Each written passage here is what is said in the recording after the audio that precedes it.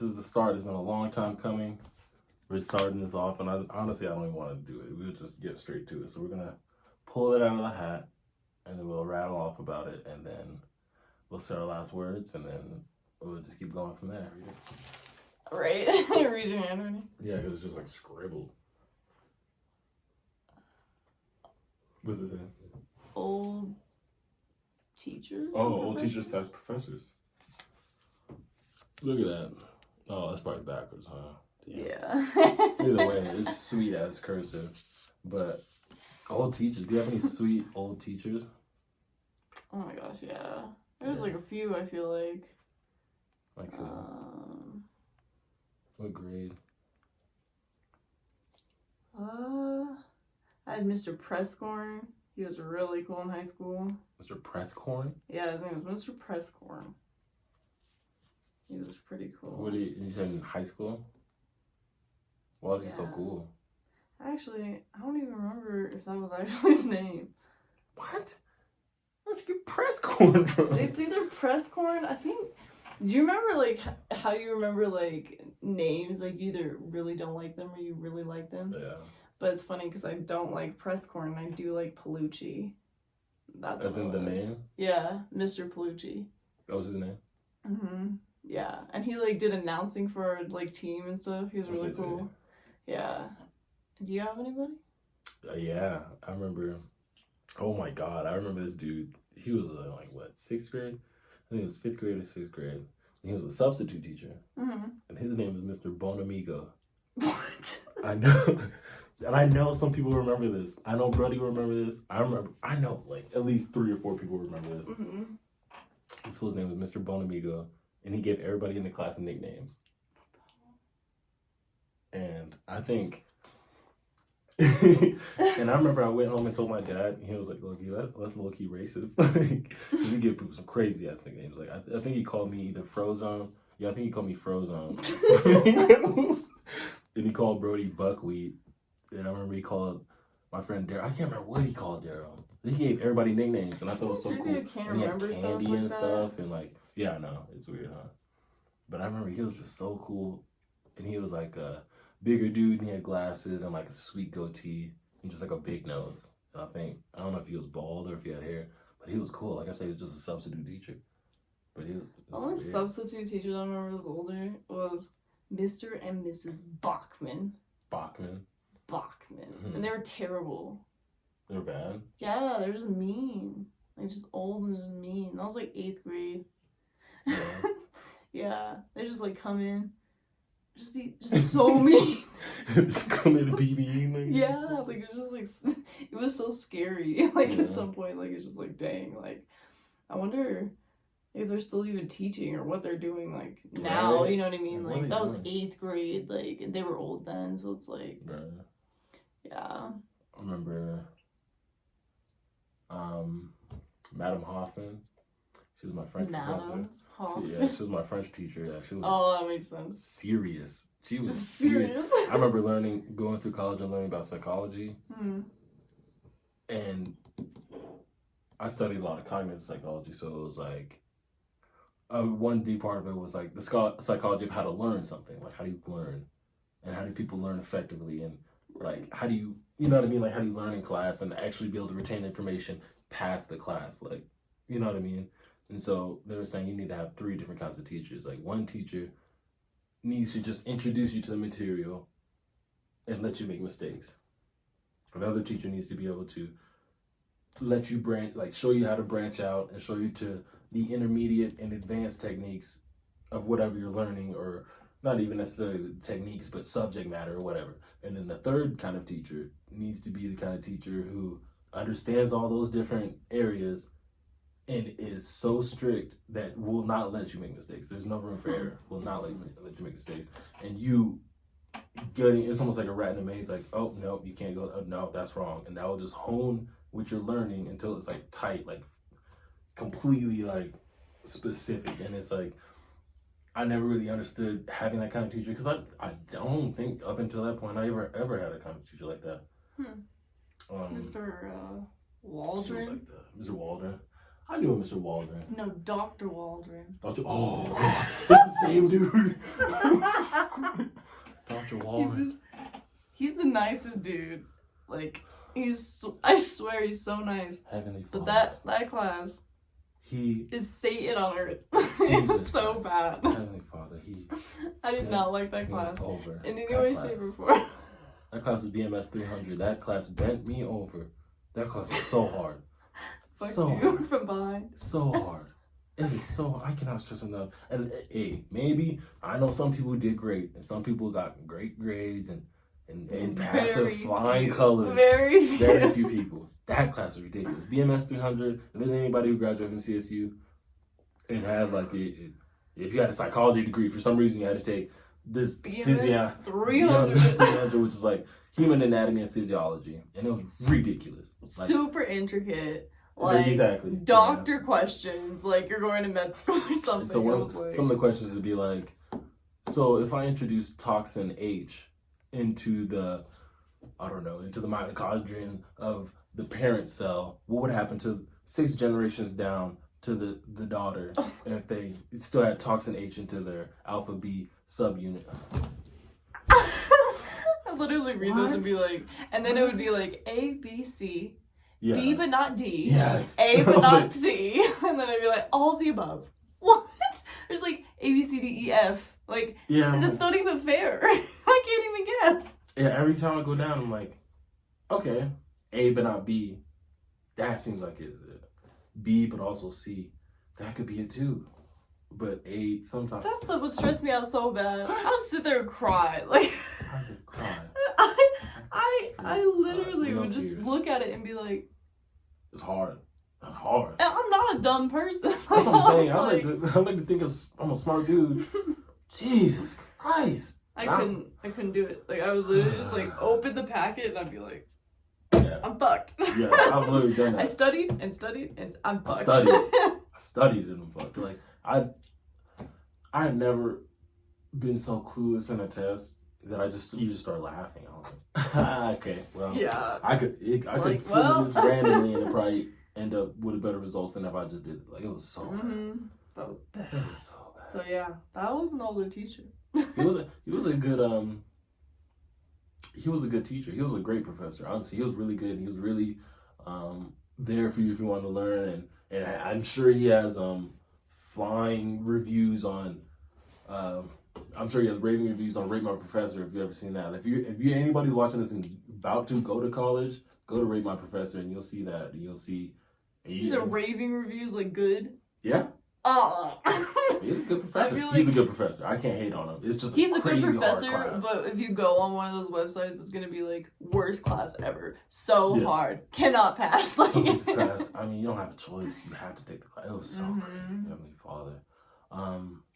But yeah, no, another teacher, Dr. Bloom. I don't know if Dr. Bloom remembers, but I mean, he liked our class. And this is when I was a freshman at CSU. We were in Key Academic. And I was in Cluster 5. Cluster 5, we all had these people who had like at least 4 classes similar, 3 or 4 classes. We all had the same class. And so naturally, I'd see them and be like, okay, cool. And we all see each other and go to the same class. Or go to class together, whatever, and sit together. We had the same stuff. So we'd study together and stuff. So it helped. So it was Key Academic. But we had his class, and it was like our key class, our cluster class or whatever. And so it was just us in that class. It was nobody else. It was probably like 12 of us. Wow. And I remember Dr. Bloom his daughter spoke at the commencement, Molly Bloom. Yeah, I know. Oh my gosh, I totally remember you telling me about this. And his son was that's crazy Jeremy story. Bloom. I know, she had a movie. If you've ever seen Molly's Game, it's a fantastic movie. It's a great movie. It is a really good movie, and it has Idris Elba and what's his name? I think Kevin Costner plays my teacher, who was her dad, obviously. So he was in there in the movie, and he was just like the hard ass dad, which obviously we never saw that side of him because we're not his kids. But like, he was like the hard ass dad, and his daughter ended up being an Olympic skier and running like a crazy poker game that was super famous and got to be really high stakes to where the Russian mob came to her and said, "You need our protection." She was like, "No, I don't. I know what I'm doing. I can protect myself." And I said, "Okay. No, you can't." No, you can't. And all these different things, like I said, she was a skier, all this different stuff. and he had his own private practice, and he was like a psychologist. And I think his son played for the Eagles and all this stuff, and played at CU and stuff. I know, and he was explaining this stuff to us, and I was like, "That sounds like a movie. That doesn't even sound real." And he was like, "It's funny that you say that. Like, my daughter has a book. I'm pretty sure she has a book. She's actually about to come out a movie about it." I was like, "That's insane. Wow. Is this real? Is this real?" And sure enough, it was real. And then really cool. She spoke at our graduation. She spoke at commencement with the real Molly Bloom, and she was that was crazy. She did a good speech though. She was really articulate. She did a really good speech. Made me feel optimistic for the future. Yeah, it made me feel optimistic for the future, and I was like, I don't have any gold medals. What am I doing? Right. Jesus Christ. I just graduated college. Woo. Right, but yeah, no, he was really good because he was just so informative and so almost resourceful, because he can find, like, I remember he'd bring in different people and have videos in class that I would see, and it'd give me a whole new look on some sort of psychological condition, or some sort of, you know what I mean, not even a psychological condition, but some sort of state of human behavior, and have me realize why people act that way, or why people do certain things, or how people end up a certain way after having done certain things, or having certain things have been done to them, if that makes sense. It was crazy. He was a really good professor, man. He really fucked with us. Also, Mark Ben, he's a world-renowned professor, and he was, I think he was a key dude too. All the key academic students had this class. And he, Dr. Mark Ben, he was like, if I can get a doctorate, anybody can get a doctorate. I smoked so much weed. I did all these bad things as a kid, and I don't like. And he used to talk about how he'd go up to a mountain. He'd like go up on this hiking trail every morning and pray, and that resounded with me because I was just a more spiritual person than I feel like the average college freshman. And so he would talk about that, and he was like, trust me, like, this sounds crazy coming from me. And he was just like, he would speak in such a way that it was like so funny to students, but you could still grasp the concepts. And he'd be able to hook you with humor, and then hit you with something that's really like important or really like crucial. I was like, wow, what the hell? And then looking at him up on Rate My Professor, just typing his name, Dr. Mark Ben, you'll see all kinds of stuff. He's talked around, like, he's a really good professor. It's crazy to like remember names like that. Like, I'm trying to think of a professor that I had my freshman year of college. He taught like Intro to Criminal Justice or whatever.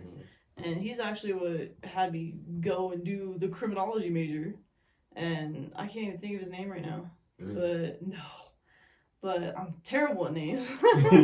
But no, he was great because he kind of did the same thing, like brought people in, because he was an older guy and he had been through so much, like, in the criminal justice system, like the side of, you know, being a police officer, being in law enforcement, being in I think he went all the way up to like lawyer or defense lawyer or something like that. So he had kind of like all the different like little backgrounds he had to have. So he would pick and choose from kind of like all his little things that he had been in, probably the companies he had worked for, and brought people in to speak and talk. And I don't know, it was really like inspirational about just like, I guess, like that career path that you could go into. Right. But he was really cool, and I can't think of his name right now, which sucks, but he was really cool. Was he actually an older dude? Yeah, he was actually really old. Like, he was a lot older. Like, he's one of those guys that like walk around and he just, I think, what is it called when they don't have tenure? They're like a year-to-year professor, because I know what you're talking about. Yeah, I don't know, but yeah, he did that because he was older, and so he was retired and everything, and he just came back and taught some classes or whatever, which is cool. But yeah, he was pretty awesome. I think that was the same thing that Dr. Bloom was doing. I don't know what it was. Honestly, I don't know the difference, but I know he had came back and he taught human. I think the class was psychology of human sexuality.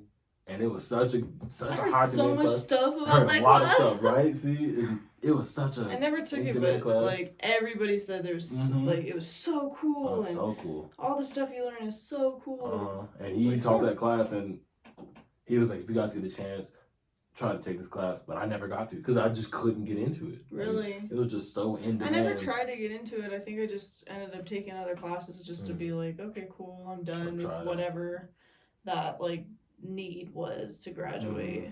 Because they had a crossover or whatever.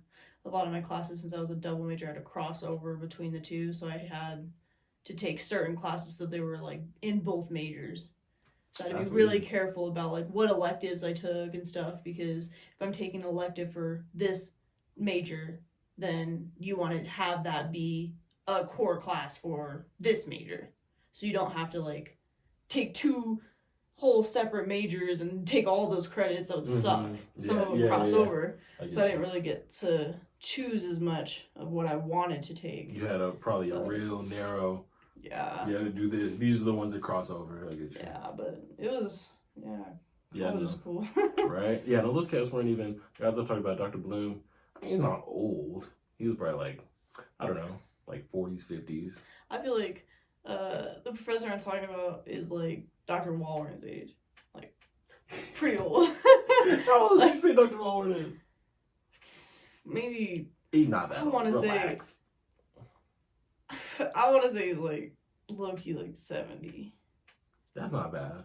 Yeah, he just didn't look, but he's like a shorter dude, white dude. Right, but he's okay. He had a full head of white hair. Exactly. I mean, he had a full head of hair. He was probably but white hair, and you're shorter, which I'm sure at some point you were probably taller. That's facts. Yeah, I get you. So yeah, like, he was probably like 66, 70s. Yeah. Dr. Bloom was probably like 50s. I remember this teacher actually told us how old he was. Like, I'm pretty sure it was like the intro to criminal justice like class or whatever. I'm pretty sure he said like, I'm 78 years old or something like that. Really? I'm teaching. Yeah, I was like, yeah, like my grandpa's age, and you're just out here like retired, just teaching and stuff. Like you just like doing what you're doing. And I'm like doing it, I hope at some point, like I really like doing what I'm doing to the point where I'm like, I could do this forever. I want to go to work today. Right. Like I want to go to work. I want to go to work, and I want to see whatever the people that I work with. I feel like that's kind of how both of us are. Yeah. It was like, I hope at some point, like forget, like I can sit in the house, but like I feel like up until this point, the reason I've had so many jobs because even when I didn't need a job, I had the job. You know what I mean? Like, right. Of course. I had scholarships. Like you need some sort of money, and you need to pay off, rent when you're going through college. Even though you can take out loans, you have other stuff. Yeah. It's like you gotta pay for stuff. So like when it comes time for retirement, and even if I had all the money, I'm just sitting there. Right, like you don't want to sit at home all day. Like I wanna go work. I'm sure I can find something to do, but I don't want to go to work. I don't know, maybe not work, but like something like that, like teaching students. That'd be cool. All right. Any last words? No, that was good talk.